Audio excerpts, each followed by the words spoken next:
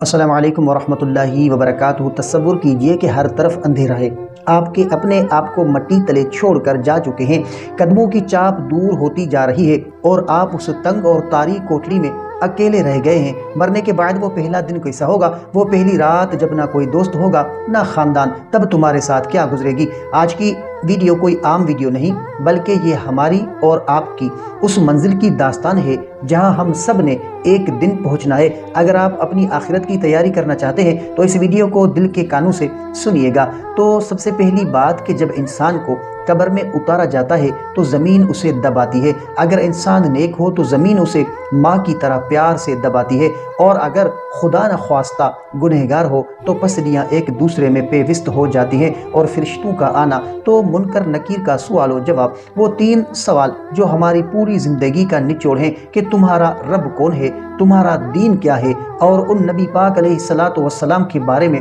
تم کیا کہتے تھے۔ تو اعمال کی شکل تو قبر میں ایک خوبصورت شکل کا انسان آئے گا جو کہے گا کہ گھبراؤ نہیں، میں تمہارا قرآن ہوں یا تمہاری نماز ہوں۔ یہ وہ لمحہ ہوگا جب انسان کو اپنی نیکیوں کی اصل قیمت معلوم ہوگی۔ تو میرے بھائیوں اور بہنوں، وہ دن دور نہیں جب ہمارا نام بھی مرحوم کے ساتھ لکھا جائے گا۔ آج ہم جن چیزوں کے پیچھے بھاگ رہے ہیں وہ سب یہیں رہ جائے گی۔ قبر کی اس تنہائی کا ساتھی صرف اور صرف عمل صالح ہے۔ تو اللہ سے دعا ہے کہ جب وہ ہمیں اس مٹی کے آغوش میں بھیجے تو ہماری قبر کو جنت کے باغوں میں سے ایک باغ بنا دے۔ اگر آج کے اس پیغام نے آپ کے دل کو تھوڑا سا بھی تڑپایا ہے تو کمنٹ میں آمین ضرور لکھیے گا، اور اس ویڈیو کو صدقہ جاریہ کے طور پر دوسروں تک ضرور پہنچائیں۔ تو اگر آپ کا کوئی ایسا سوال ہے جس کا آپ جواب جاننا چاہتے ہیں، یا آپ نے کوئی ایسا خواب دیکھا ہے جس کی آپ تعبیر جاننا چاہتے ہیں، تو کمنٹ کر سکتے ہیں۔ انشاءاللہ آپ کو آپ کے سوال کا جواب اور آپ کے خواب کی تعبیر اسلامی تعلیمات کے مطابق آپ کو فراہم کی جائے گی۔